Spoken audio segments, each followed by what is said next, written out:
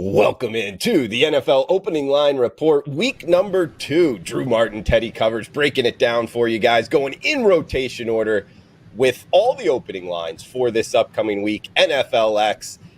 Without further ado, Teddy Covers here on the WagerTalk YouTube channel. Teddy, welcome on in. Week 1 in the books, week 2 coming right up. How you feeling?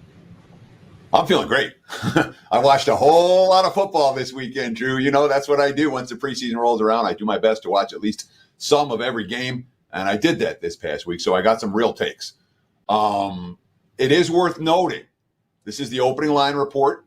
When the regular season starts, I'm going to have my lines for every game. I'm going to have the market openers for every game and have the look at lines for every game. In the preseason, I actually tried to make lines for week 2, Drew, and it was so hard I gave up. I never give up, and I gave up on making lines. Like making preseason lines is really hard on Sunday night / Monday morning, and that's why we've seen the lines bounce all over the place over the course of the week. The markets today, this is not a mature marketplace by any stretch of the imagination. The very first week 2 preseason numbers came up about an hour ago, a little over an hour ago. A handful of books have posted already. I could talk about the very first bets that have been made, but the key takeaway for today is going to be talking about what we just saw and what it actually means moving forward.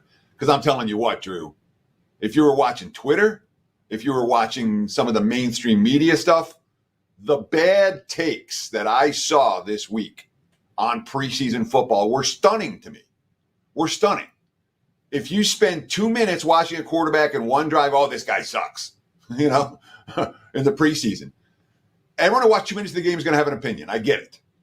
But if you didn't do any research before the game, what you watch won't teach you anything. What was the offensive line in front of the quarterback? What was the receiving core around him? What was the game plan of the defense that he's facing? Did his offense game plan for the game? Is the coach going to show anything? I want to talk just for one prime example. My clients and I cashed an easy winner. 4% best bet this past weekend on the Jets, plus 3.5 in Carolina. Bryce Young for the Panthers, you read all the reports. Bryce Young, oh, he stunk. Oh, Bryce Young's not ready yet. The Panthers didn't show anything. There was no pre-snap motion. There was no game plan. There was no nothing. They just threw him out there behind a bad offensive line against an elite defense, and he got eaten up.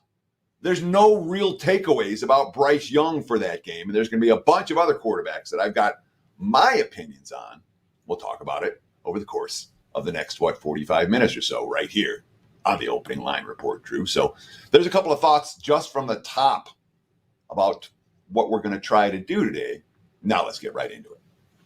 Let's get into it, guys. As we're going down in rotation order, 401, 402 is where we'll start, 7:30 Eastern, 4:30 Pacific, Thursday, August 17th for NFL preseason week number 2 here. It's Cleveland at Philadelphia, Teddy. We're seeing 38.5, -2 in the hook. There is an offshore showing -3. You mentioned this is not a mature marketplace. The market's kind of figuring itself out right now. We're seeing some line moves really across the board. But starting here, Philadelphia -2.5, let's call it 38.5 being the total. Browns at the Eagles, Teddy.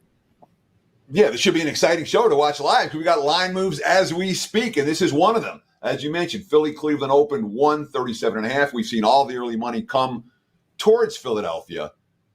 And the markets have been wrong on the Browns in both their first 2 preseason games. They played in the Hall of Fame game, and the money came against Cleveland, and then Cleveland rallied to win. And then they played last week, and the money came on Cleveland. Significant money came on Cleveland, and the game was game was delayed for about an hour and a half. Thunderstorms, and it kind of affected the Browns. I thought it did at least more than Washington in that ball game. They ended up losing 17-15 on a missed 2-point conversion at the end. But certainly Deshaun Watson, one drive, took them down the field, and they got stuffed at the goal line. Ended up, I think they settled for a field goal there. I don't remember if they settled for a field goal and they went for it on 4th down. But the bottom line, one successful drive from Deshaun Watson, but they didn't put the biscuit in the basket. After that, it was Thompson Robinson, Kellen Mond, and Josh Dobbs all getting playing time and all getting a good chance to throw the football around. They did dominate the fourth quarter. They dominated the second half, which tends to be bet on, and the QB rotation is there. Philadelphia lost. The money came against them, against Baltimore, but they covered the spread against the Ravens. They lost on a missed 2-point conversion at the end. That said, they were down a touchdown in the fourth quarter, got a score, and then got the defensive takeaway to give them the final opportunity in that ballgame. Lots of Marcus Mariota, lots of Ian Book. We could see some Jalen Hurts this week. I'm not convinced that we will. Mariota was okay. When it comes to the quality depth standpoint, again, if Philly plays their starters here, and the markets seem to think they're going to, Philly starters are pretty good. We'll see how much playing time they actually get. But the early money coming towards Philadelphia, and we're seeing over money as well, 37.5 at the open, now looking at 38.5 across the board. A couple of books already at 39. Teddy, we're flipping the page here to Friday, August 18th. That's just one singled out game on Thursday here, guys. 2 on Friday, 4:03, 4:04, 7 Eastern, 4 Pacific. Carolina Panthers, New York Giants. We are seeing the G-Men -3 at home here, Teddy. 36 being the total. So we got Panthers at Giants to kick us off on Friday. Yeah, Carolina with a New York sandwich. They just played the Jets and got annihilated in that ballgame, 27-0. And now they're going to face the Giants. And I talked at the top about how Bryce Young, it was all vanilla for him. There was literally was no pre-snap motion, nothing like what Carolina's offense is going to look like in the regular season. Just wanted to get his feet wet, and they got wet. I don't expect Carolina to necessarily show a whole lot here either. Bryce Young, Matt Corral, the QB rotation for the Panthers this past week. And, of course, the quotes after the game, it was a lack of execution, starting with myself from Bryce Young. I definitely could have done better. And overall, as a unit, we have to take accountability. We have to own this and get better. So maybe there's some urgency on the Carolina side. I'm not convinced that's the case. It wasn't pretty for Young, and he did take some big hits in that ballgame. That's not something that Frank Reich and company are going to be really excited about moving forward. And he wasn't concerned, Reich, about Carolina's lack of offensive production, 165-yard total in that ballgame. Quote, the team was very generic on offense. He didn't want to show the league too much of his playbook. Giants lost a battle against the Lions back and forth. Tyrod Taylor, Tommy DeVito got the Lions share, got all the playing time in that ballgame. Offensive line wasn't all that good. We saw an issue with sacks being a real problem for them, DeVito in particular. They gave up a 95-yard punt return. It was 18-3. Lions run on the second half of that ballgame. Not necessarily a good sign. Brian DeBall now 3-1 straight up in August, but 0-4 against the spread. They've been favored every time. DeBall's next preseason cover will be his first. And, of course, the Giants, 3-point favorites in this one. This line hasn't done anything. 336, pretty much staying flat since the opener. Next one up, Teddy, 7:30 Eastern, 4:30 Pacific. Cincinnati at Atlanta, 37.5 being the total. We are seeing the Atlanta Falcons. Looks like open -6, as low as -5, with a bunch of shops showing 5 in the hook here. So we get Bengals at Falcons Friday night, Teddy. Yeah, a little bit of Cincinnati money here. Cincinnati didn't show a whole lot in the opener. We're not going to see Joe Burrow this preseason. I read a report last night that he may play week 1, but nothing in August right now for Cincy starting quarterback, which means it's going to be Trevor Siemian and Jake Browning again. That duo, let's see, they had a defensive touchdown against the Packers and still lost that game by 3 scores, which is not a good sign. Browning was their practice squad quarterback last year. Siemian, he's been around the league. He was okay, but 28 pass attempts for 121 yards. Not like the offense was clicking at any point during that ball game. And since he really seems to be taking a very vanilla approach to this preseason, the markets certainly, with this line opening Atlanta 6, and the markets are well aware of that right now. For Atlanta, it was all Logan Woodside. Whenever you have a single QB playing an entire preseason game, he has a chance to get in a rhythm. That's what he did in the second half of that ball game. That said, their 2 touchdowns came on a punt return and an interception return. The offense clicked. Desmond Ridder didn't play in that ball game. Although Arthur Smith said the starters will see action against Cincinnati this week. Not convinced we're going to see the same from the Bengals. So it could be starters against backups here. That's why the Falcons are chalk. Next game up, turning the page here to Saturday, August 19th, 1 o'clock Eastern, 10 a.m. Pacific here. As we got a full day of football, Teddy, on Saturday. The majority of the games, and they go from 1 o'clock Eastern to 10 o'clock Eastern in terms of kickoffs here. But Jacksonville Jaguars, Detroit Lions, first game up from the Motor City. We are seeing the Jags -4-point road favorites, 39 being the total. Jaguars at the Lions here, Teddy. Yeah, we saw Nate Sudfeld and Adrian Martinez go for the Lions this past week. And Adrian Martinez, the guy who was a bad quarterback in Nebraska for 100 years, and actually led a nice drive Late TD drive, 18-3, second half run out for the Lions to come back and win that ball game. And he had, 49 touchdown runs in 45 college games at Nebraska and Kansas State, and guided a nice game-winning drive. Dan Campbell, Cody showed a ton of poise on that drive. Although Martinez playing time next weekend, likely to go to recently signed Teddy Bridgewater. We'll see how Bridgewater fares learning a new playbook. And Sudfeld's behind Hendon Hooker on the and Bridgewater and Jared Goff. And I'm not convinced he was very good in that ballgame. He wasn't. The Jags won 28-3 against the Cowboys. Dallas was a no-show in that ballgame. But it is worth noting on the QB pantheon. All right, Trevor Lawrence came in and had a cup of coffee, threw a touchdown. It was all good. C.J. Beathard, we know what he can do. He's been around the league for a while. Nathan Rourke, the kid out of the MAC who played in Canada and was a star in the Canadian Football League. He looked good in that ball game against Dallas. The play of the game, he escaped a couple of defenders and threw a 24-yard touchdown pass in the process. Nathan Rourke showing bet-on signs for a preseason quarterback. That's at least some part of the reason here why we're seeing the Jaguars laying 4 in this ball game at Detroit. Worth noting, Brandon McManus, the Jags kicker, they signed him in May after he was waived by Denver. Jacksonville didn't kick any extra points in this game. They went for a 2-point conversion after all 4 touchdowns. They ended up making 2 and missing 2, would end up landing on 28. But whenever a team's going for 2 consistently, like the Jags did last week, that can have an impact and create some point spread shenanigans, especially for a team that's laying points like the Jags are here. Like to see Nathan Rourke. You explained it well there, Teddy. And remember him in college at Ohio, man. He was a money maker if you were betting on him. So good to see him kind of doing the same thing here in his professional career. As we move down the list here, guys, 1 o'clock Eastern to the 4 o'clock Eastern slate, 1 o'clock Pacific. Miami Dolphins, Houston Texans here, Teddy. And we are seeing the Texans they open -5, mostly -4s. There is an offshore showing 3.5 here, 40 being the total. Dolphins at Texans.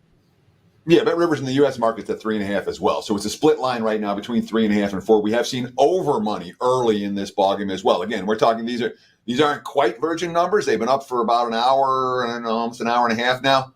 But they're pretty close to virgin. And many books, including most of the prominent books in Vegas, have not posted yet. So these numbers are virgin-esque. But the early money has come for the Miami Dolphins. Look, Miami was rough against the Falcons. They did have 2 first-half drives that ended with goal line stands the other way. They didn't settle for 3. They went for it on 4th down both times, didn't get there. The combination of Skylar Thompson and Mike White, sacked 5 times, threw 3 picks, allowed a punt return touchdown. They allowed an interception return touchdown. It was not a crisp performance from the Miami Dolphins. That being said, Mike McDaniel said that Thompson's likely going to be the starter when they face the Texans this week. His quote, "I think a lot of people will be cut out of the league if you overrated to 1-game situations." So maybe there's some urgency for Miami. They played the game 1 of the preseason like they didn't care a whole lot. The Houston Texans won 29 against the Patriots. Davis Mills, Case Keenum coming into C.J. Stroud. And C.J. Stroud was rough. Rookie QB getting his first snaps against a defense that was coming to play. And it wasn't pretty. Don't know how much we're going to see Stroud versus Keenum versus Mills here. Certainly when it comes to Keenum and Mills, that's a pretty good backup/third string duo. The wide receiver Tank Dell stood up in that ball game. And worth noting, Houston, in terms of the offensive line of scrimmage, the defensive line of scrimmage, they were pretty good up front, particularly the defense side of football. Their defensive line blew up everything pretty much all game for the Pats. They do it here. And Miami plays their backup lineman like they did last week. It could be a situation where Houston once again controls the line of scrimmage. Next game up here, Teddy, we get the Buffalo Bills at the Pittsburgh Steelers. We are seeing Steelers -2.5-point home favorites. 41.5 being the total. It opened 40, up to as high as 42 here, so some over money. But it's Bills at Steelers from the Steel City, Teddy. Yeah, we sure have seen some over money. The side hasn't moved at all. The total has moved a fair bit. And in theory, week 2 has replaced week 3 as they're going to play starters this week type of thing. I don't know what we're going to see, whereas the final week of the preseason is going to be the guys fighting for the roster spots. I don't think we'll see starters in any of those games, or certainly not many of them. Vrabel might do it. I don't know. in Tennessee, but we'll see there. But it's a scenario here where, in theory, we could see starters for these two teams. Pittsburgh was impressive against Tampa. The quarterback rotation with Rudolph and Pickett and Trubisky. You don't love Tanner Morgan necessarily. He's not going to make a whole lot of plays for you. But when you have three veterans, Tampa only started one starter on defense.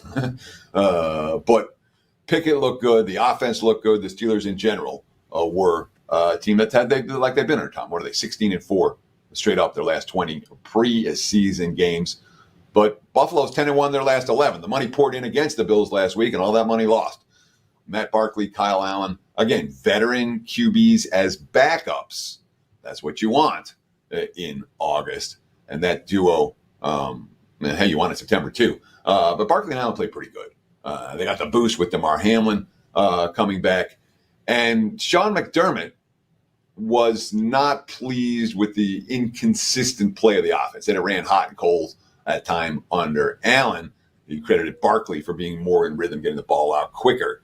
So maybe a little pressure on Kyle Allen this week to perform better in that backup and that battle for the Bills' backup QB job. Of course, when you're playing the lesser defenders in the second half, easy to get into a rhythm. Those two likely to switch this week, which means we'll see Barkley before halftime and Allen after halftime if things go according to plan. Next game up as we're moving down the list here, guys, in rotation order. If you're liking the content, please smash that like button and feel free to comment below. Any questions are welcome. We'll answer a couple here on today's show from last week's show. But next game up here, guys, Chicago and Indianapolis, Teddy, as it's 37.5 being the total. We have seen a tick down from the opener, some under money, and we get the Colts -2, -2.5, depending where you're shopping here, as the home favorite. Bears at Colts. Interesting quarterback handicap, in my opinion, Teddy. So the Bears look good against the Titans. Justin Fields had some connection with the receivers, connected on a couple of big plays. Nathan Peterman's the type of guy, again, you don't want him ever starting an NFL game for you, but in a preseason, he's just fine as a backup QB. That said, the Tyson Bagent and PJ Walker keeps getting invited to camp. People still think he's an NFL quarterback. PJ Walker wasn't an NFL quarterback at Temple. At no point in his career does he look like an NFL quarterback. When he gets into a game, he can't do anything. And it happened again this past weekend. So for that quarterback in particular, PJ Walker is someone that is a veteran QB we tend to like in these preseason games. I haven't seen anything from him that I like in like 5 years. They do. Matt Eberflus following the game after those big plays. Quote, when you increase your skill on your football team, the catches and runs get larger, right? And the stat line looks better. So we're going to continue to do that. Certainly, we're going to take our shots down the field as well. But that's a good thing to see. It's not a real big surprise to anyone who's been around here because we've all seen it in practices. So some big play potential for the Chicago Bears, and Fields in particular look pretty good. For Indy, again, they took money this past week and then lost to Buffalo as road favorites. The reason they took money is the QB combination. Yes, Gardner Minshew and Sam Ellinger coming in after Anthony Richardson. That duo, again, veterans who have started regular season games. So the markets tend to like guys like that. Richardson was rough as expected. He threw a pick. He wasn't able to generate much offense. It wasn't pretty. Quote from Richardson, just find a way to manage it instead of trying to force it and be Superman. And Shane Steichen said he was fine. The poise was there despite some struggles. It's a good learning experience. He bounced back from an interception. It was the first drive of the game. We got the pick there. And he comes back and we start moving the ball pretty good. He threw some nice touch passes. Good, calm, had some good things, command in the huddle, all those good things. He liked them more than I do. Gardner Minshew was good. And he's familiar with Steichen's offense much more. This is one where we're having to look at the playing time for starters in this one before I have any interest in laying points with Indy. I'm not convinced Indy's a team we want to lay points with in meaningful games. And we'll see if the coaches are taking this one seriously, which would make it a little more meaningful. Next game up, guys, Tampa Bay Buccaneers versus the New York Football Jets. We're seeing the Jets -1.5, as high as -2.5 here, Teddy, as it's actually a flip favorite from the opener, 36.5 being the total. Bucks at Jets. Yeah, I'm going to call it a pick as the opener, even though I saw there's one prominent book that has a Bucks 1. I'm not convinced that was a real number, and I saw picks at the opener. Now, obviously, the money coming for the home team. And you don't understand why, for a bunch of reasons. One, Todd Bowles' preseason track record not bet on. 0 for last year, 4-8 his last 3 seasons with the Jets, and against the Steelers this past week, if he had money on Tampa Bay, it was not good money. Baker Mayfield, Kyle Trask supposed to be battling for the starting job. Mayfield was okay. Trask was lousy. I shouldn't say he was lousy. He was okay. He wasn't good. John Wolford got a whole bunch of playing time in the second half of that one. He's someone with starting experience. Tampa was very sloppy. I think 12 penalties for 27 yards. That's the most I saw. They did play only one starter on defense. And Mayfield, played without 6 starters on offense, including 3 of the linemen. His quote, for the most part, I think it went smooth. Getting back out there for the first time is good. This is Baker Mayfield's 4th team in the last 2 years. We'll have to see. Trask may get the start in this one, and Mayfield will come on after halftime. That would make me more interested in the Tampa side, but I'm not convinced I'm interested in the Tampa side at all. The Jets beat up on Carolina 27-0. Zach Wilson looked, the quotes are that he looked a little more comfortable. I wasn't impressed with Zach Wilson. Other people were. He was pretty bad last year, and at least he looked decent, but there was no pressure on him, And the Jets' defensive line pretty much dominated. Tim Boyle pretty good after halftime. Chris Streveler got cut prior to week 1 after his disaster in the Hall of Fame game. And Boyle came in and ran the offense effectively. The Jets scored on 3 of their 6 first-half possessions, and Boyle moved them up and down the field in the second half as well. So strong performance from the G-men, from the Jets, I should say. Again, when you're outgaining your opponent 189-32 at halftime, you're doing something right. The Jets certainly did that last week in Carolina, but the Panthers didn't bring a whole lot to the table. Teddy, I have a question for you. We're just talking the Jets here. We were talking the Cleveland Browns first game up on the opening line report here. These two teams have 4 preseason games playing in the Hall of Fame game compared to everybody else with only 3. Does that work into your handicap as an advantage or maybe even a disadvantage at all with those 2 teams? Non-factor. It means that the week 1 game of the 3 might be of the 4, I should say, might be the least important. But the Hall of Fame game was very important, And it's not a situation where, as we go into week 2 of the preseason, now that we've seen the starters for either one of these teams, for Cleveland or the Jets. So if they're going to get their playing time, it's likely to be this week. All right, next game up is we got a bunch of 8 o'clock Eastern, 5 o'clock Pacific kicks here on Saturday, August 19th. New England Patriots at the Green Bay Packers, 36.5, 37 actually, mainly as the total here, -1.5 to as high as -2.5. That is the Packers as the home favorite. Patriots at Packers next up, Teddy. Yeah, we've seen a couple of bets on Green Bay and a couple of bets to the under. Nothing significant yet. In this one, the Pats, they lost 20-9 to the Texans. It was Bailey Zappi, Malik Cunningham, and Trace McSorley in that ballgame, with Zappi getting the lion's share of the playing time. And look, they gave out just about all their starters the night off, including Mac Jones. The offensive line got eaten up in that ballgame, the backups. And Zappi went, played the whole first half and into the third quarter. Belichick talking about the lack of linemen. Quote, it's tough for the backs. It's tough for the quarterback. We didn't have a lot of space in the offense for the most part tonight. That's likely to be a point of emphasis for New England this week. Green Bay, 36-19 over the Bengals. Jordan Love came in and played well on his opening drive. Sean Clifford, Alex McGough. Did he come in? I think he had a couple snaps at the end. But it was mostly Jordan Love and Sean Clifford. And they both moved the ball up and down the field in that contest. They did give up a pick 6 and still won by 3 scores. Jordan Love, quote, I think the passing game was in stride.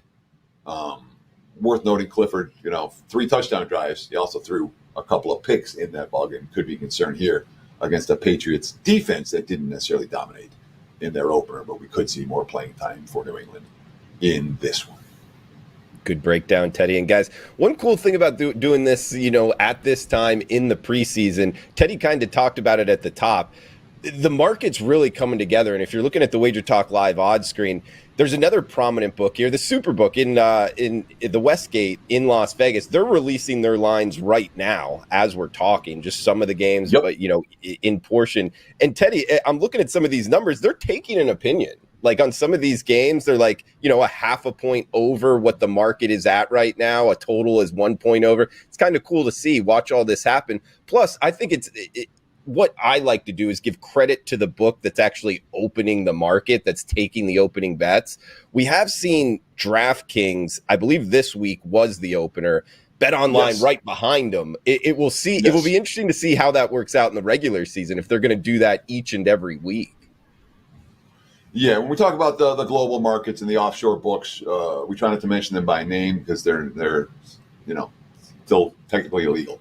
But certainly, when we talk about the offshore markets versus the markets that are legalized and regulated here in the States, DK's been first to market, and they remain first to market, and they're comfortable with throwing up numbers in the markets. But it's not unusual to see a sports book like the Westgate with veteran odds makers, and they're going to pay attention to what the markets have done in early betting action, but they're very comfortable taking an opinion with their, not necessarily opinion, they're very comfortable posting their numbers, and the markets will decide whose numbers are actually right when it comes to the offshore books versus the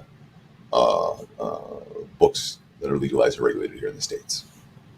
Tennessee at Minnesota. Next game up here, guys, is we got the Titans -2, -1.5. Actually, guys, this is as low as -1, as high as -2.5 here. That is the Titans as the road favorite. We got a total of 37.5. Titans at Vikings. Yeah, and in the preseason, 1 and 2 are the key numbers. So the fact that you can lay 1 and take 2.5 right now, might be something worth noticing. I'm not convinced. It's not something I'm going to bet both sides, but let's put it this way. If you want to get involved in this game now, take 2.5 or lay 1. Don't do anything in between. Tennessee lost 23-17 to the Bears. Malik Willis, Will Levis. And another situation where people were just ripping these quarterbacks. Both of them got ripped in the media, and this guy stunk, and that guy stunk, and Willis is never going to be an NFL quarterback. And Levis, Levis's first freaking preseason start. Settle down, Beavis. Willis at times looked good in that contest, but the fact that they were shuttling the QBs in and out and in and out and in and out, that's problematic. It's not something that sets up for great rhythm. When a quarterback comes in and has a chance to work for a half, he gets a chance to work in rhythm. When you're going in for a drive or two and then the other quarterback's coming in and then you're going back in, even the quotes in the QBs, it was weird warming up a whole bunch of times. Levis, it was different. It was the first time I think everyone had ever really done anything like that. It's like practice. We switch off reps. The only weird part was getting re-warmed up every so often. Don't know if Ryan Tannehill's going to go this game for Tennessee. That would certainly change things if he does go this week. For Minnesota, they lost 24-13 to Seattle. They led that game 10-0. All Nick Mullins and Jaron Hall in that contest. I said I didn't expect that much from Jaron Hall when we talked about this game last week. And I was right not to expect much from Jaron Hall. 14 pass attempts for 37 yards. The offense didn't move. And again, they led that game 10-0 and got outscored 24-3 the rest of the way. Mullins was pretty good, but there really weren't a whole lot of starters getting reps for Minnesota. And I'm not convinced they're going to get a whole lot of reps this week. We've seen the Vikings, a bet against team in August each of the last 2 years. The market's saying maybe expect more of that again in week 2 of NFL preseason. 4-2-1, 4-2-2. Next game up here, guys. Kansas City Chiefs, Arizona Cardinals. We are seeing the Chiefs -6.5 or -7 point road favorites, 40 being the total in the desert. Yeah, if this is a regular season, Chiefs might be 2 touchdown favorites in this game. We're pretty close. In the preseason, they're only 7 because the starters aren't going to play that long. 6.5s are out there. Prevailing total sitting here at 40. There were some 30 and 39s at the open. They're not anymore. KC blew a late lead and lost to the Saints. Mahomes came in and got a cup of coffee, and then Gabbert and Buechele, and then Chris Oladokun, who's not someone who I necessarily want my money on in a preseason game. Andy Reid wasn't happy. Quote, "We were a little flat in the beginning. You can't do that. You come to work ready to go." And then, of course, the game got lost after Oladokun got the late pass intercepted on their own 22-yard line, set up the winning kick. Reid, quote, "You can't finish the mistake. That's a terrible way to end the thing. It looks like the Saints have a good football team. We've got to make sure we get our bleep taken care of."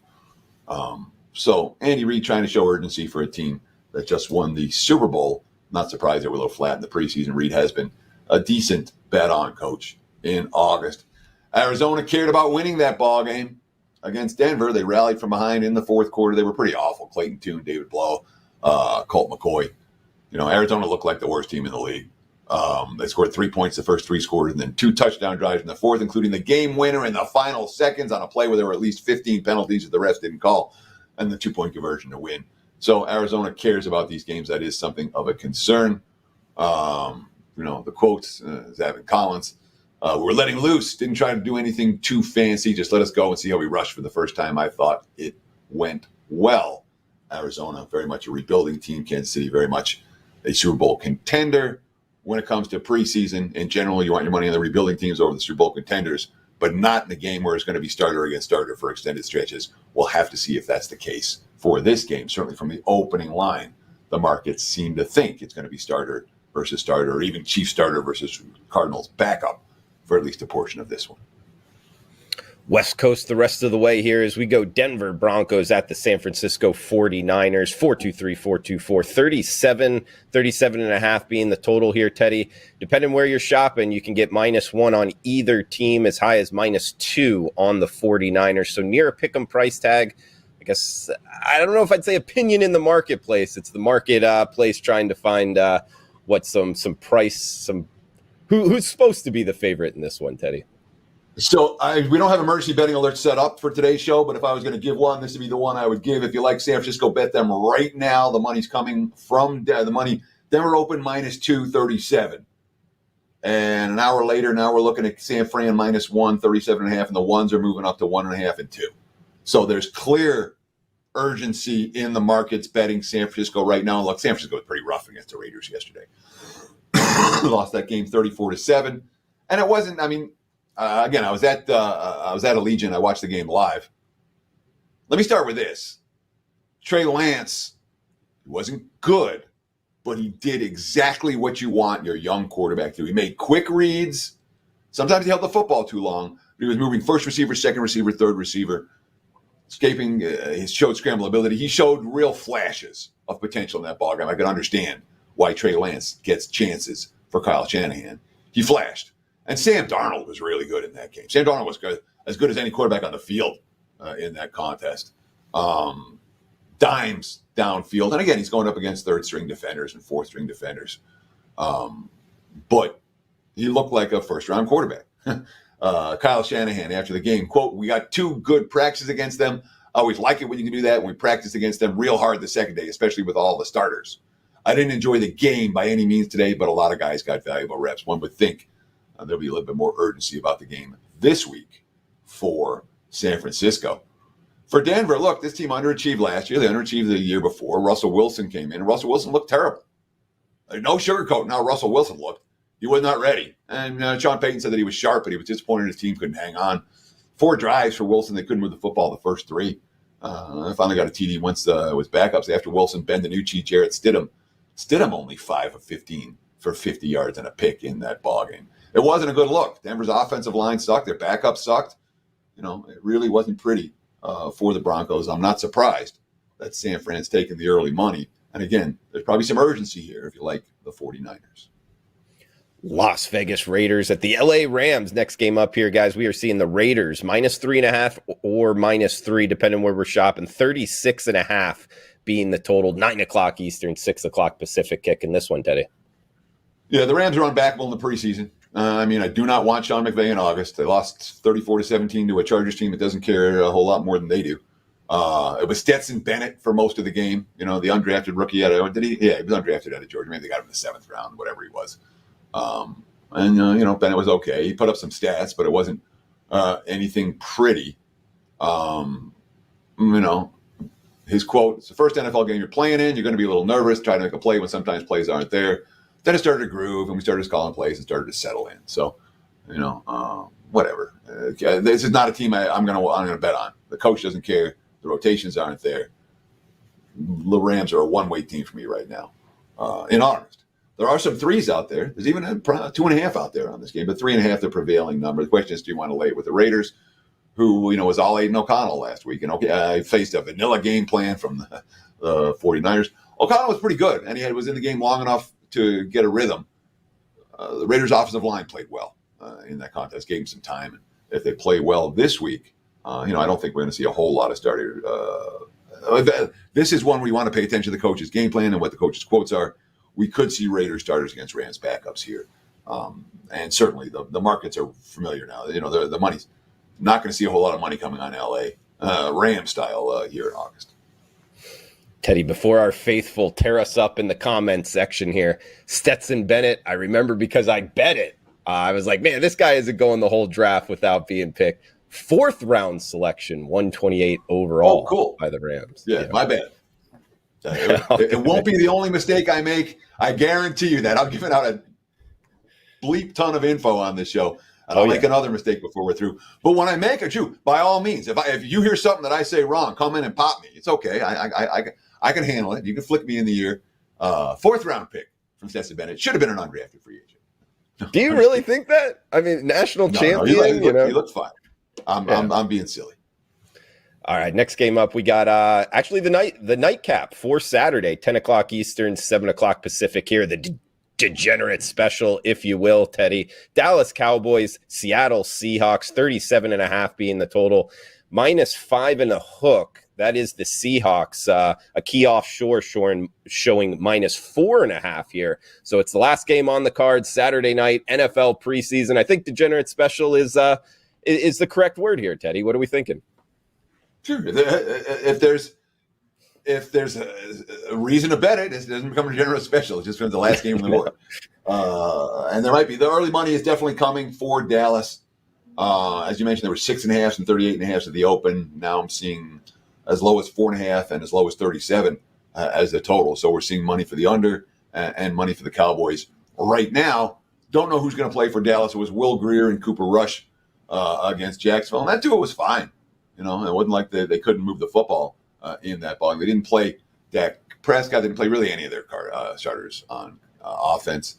Mike McCarthy calling plays again. He said it was like riding a bike, although he did call for one play that was in his Packers playbook, not in his Cowboys playbook. Worth noting, Deuce Vaughn, the 5'5", a rookie running back out of Kansas State, he had a big second half for Dallas. When he's a fun player to watch. I always enjoyed him in college, and certainly at the NFL level, he looked good in his opener. Seattle, they were 124-13. They showed some urgency to win this past week after being down 10-0. Drew Lock got the lion's share of playing time, and he really did. He played for the first 3 quarters into the 4th in that game. Holton Ahlers came on late and led a TD drive. Don't know if we're going to see Geno Smith this week, but the quotes from Pete Carroll, talk about Drew Lock. He needs to play football games. He sat around all last year. This formula of getting 3 quarters is just great for him. We may see more of that again this week with Lock going against a lot of reserve Cowboys defenders. I'm not convinced we're going to see a boatload of money come in on Dallas here. I think more likely to be just a trickle. And Teddy, just a quick follow-up to that. Is Drew Lock a bet on quarterback in NFLX for you? Oh, yeah, sure. And okay. If he has an NFL preseason, he is, and when he has a chance to play for extended time. When you got a guy coming in, he's in for a series or 2, and then he's going to get pulled, maybe he gets in rhythm, maybe he doesn't. When you're like, hey, this guy's going to go 3 quarters, at some point he's going to get in a rhythm. And that's what happened with Drew Lock this past week, and that's why Seattle came back and won that game after a pretty rough start for Seahawks Packers. All right, guys. Next game up, we flip the page to Sunday as there's only 2 games left. Any questions, fire away in the comments section as we'll answer a couple here before we shut it down. New Orleans Saints at the LA Chargers. We are seeing Saints -3 road favorites here, Teddy. 37.5 being the total. Yeah, so both these teams look pretty good this past weekend. I thought the Saints looked better. The Saints were impressive in that ballgame. Derek Carr, Jameis Winston. Jameis Winston's the best backup quarterback in the NFL. I don't think it's a debate. He could start for a handful of teams. And when you talk about the Derek Carr, a hungry Derek Carr, all the quotes after the game talk about how hungry he was and how revitalized he was, and an offense for New Orleans. I mean, New Orleans came to play, and they're able to hang on and get the W in that contest, because funny things happen in the second half and fourth quarter of some of these games. But certainly offensively, New Orleans looked good. The Chargers went with Easton Stick and Mac Dugan, the kid out of TCU. They combined for 128 passing yards. Not like it was pretty in that contest. And the Chargers certainly not a team that is particularly interested in the Brandon Staley era and winning in August. I can understand why the Saints are favored here, although some books open 4, some books open 3, and the market's likely to settle in between. I think this one is going to be in 3.5 or 3 minus juice, at least in the short term. All right, guys, last game up here for NFL opening line report. NFLX week number 2. We got Monday, August 21st before we get a couple days off, and we'll be back at it for Thursday in next week's show. But Baltimore Ravens at the Washington former football team here, Teddy, -4. That's the Ravens as the road favorite, 4.5 at DraftKings, 38.5 being the total. Ravens in the preseason at Washington here, Teddy. Yeah, Baltimore with the win, but no cover, 20-19 against Philly. The Eagles missed a 2-point conversion at the end of the game that would have snapped Baltimore's streak. Instead, the Ravens survive and advance. If you bet them on the money line, if you bet them minus the points, well, that wasn't the case. And I remember I came on the show last week and said, I learned my lesson betting against Baltimore last year in week 1. It was too many points, and then they still won and covered. And that was obviously not the case yesterday. So the lesson I learned was a stupid lesson, and there was value betting against Baltimore week 1 this year. There may be value betting against Baltimore week 2 as well. Look, it was Tyler Huntley, Josh Johnson, Anthony Brown. The quotes from Baltimore says that they're interested in the winning streak, that they know the winning streak exists, that it's not something they talk about, but it's something they're proud of. Okay, I get it. And Anthony Brown wasn't that good in that ballgame. 8 pass attempts for 7 yards. And, you need someone who's a little bit better, in the latter stage of this contest if you're going to win these games comfortably. Josh Johnson started at QB. Johnson, quote, "One thing I learned at a young age, you cherish victories. They're hard to come by in this league."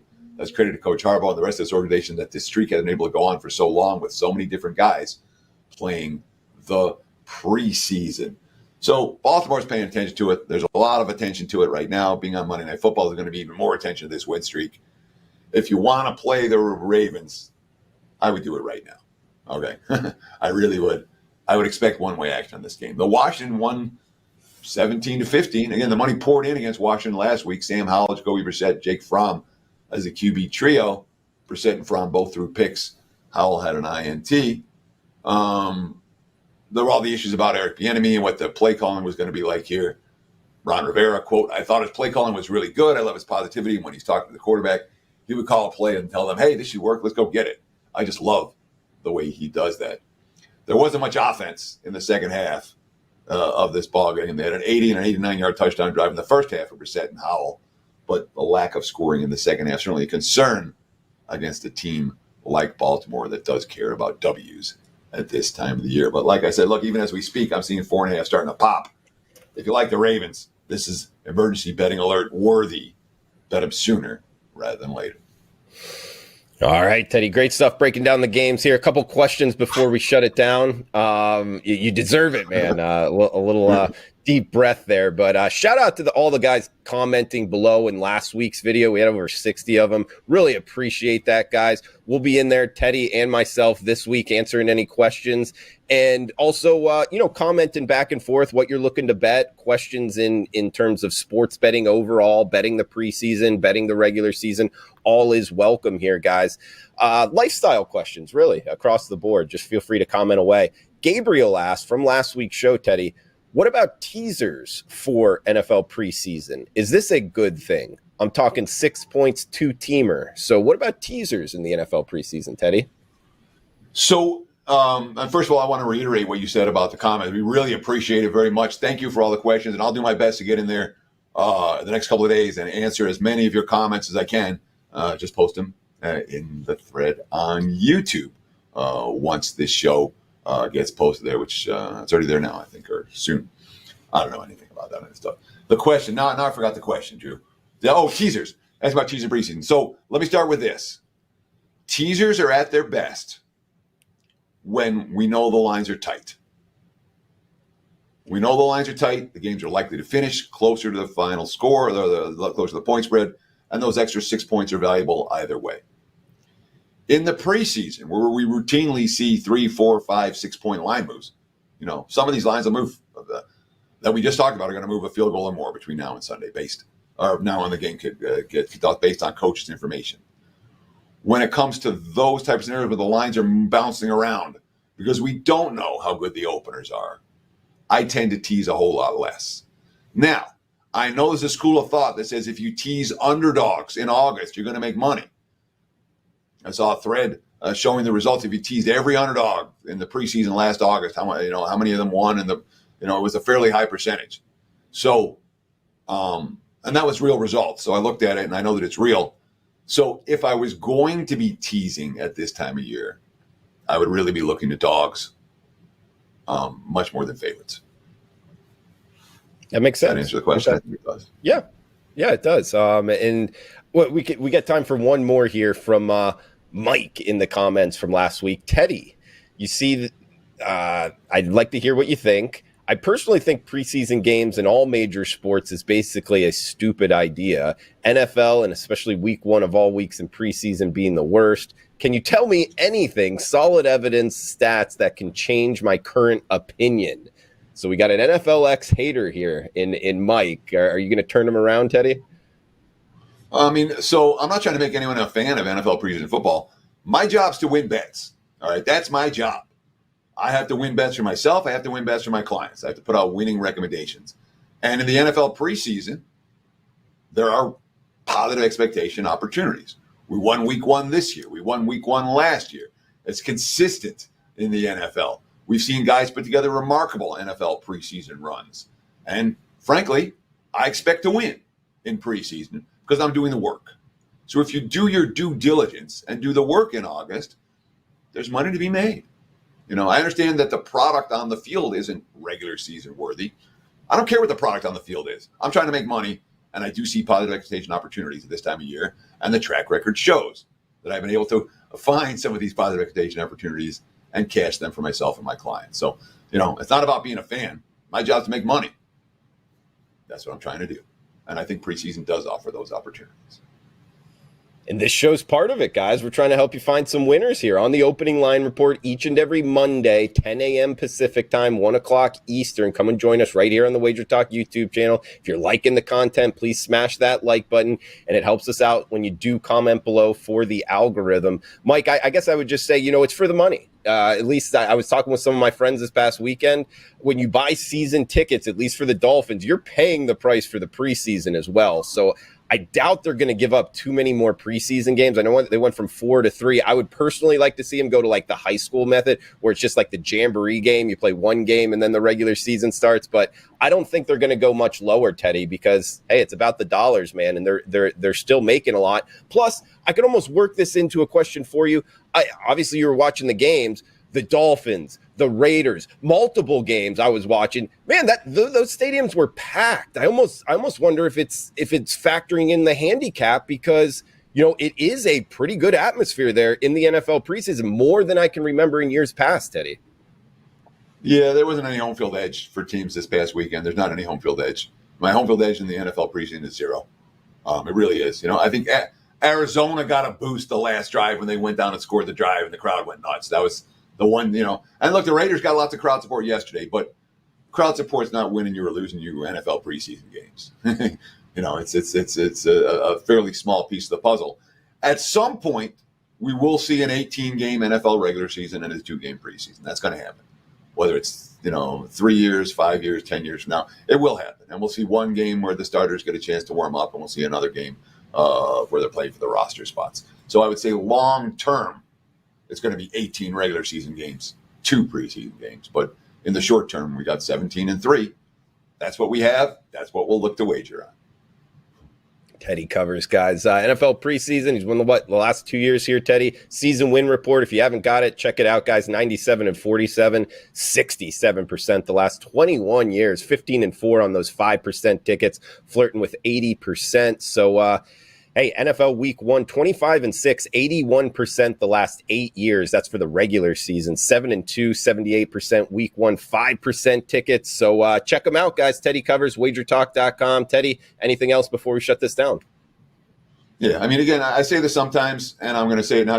Please don't buy any of my plays. Not any of it. If you want to get on board, get a week, get a month, get a seasonal. You can check out all the packages right now over at WagerTalk or SportsMemo.com. But buying individual plays, some of them are going to win, some of them are going to lose.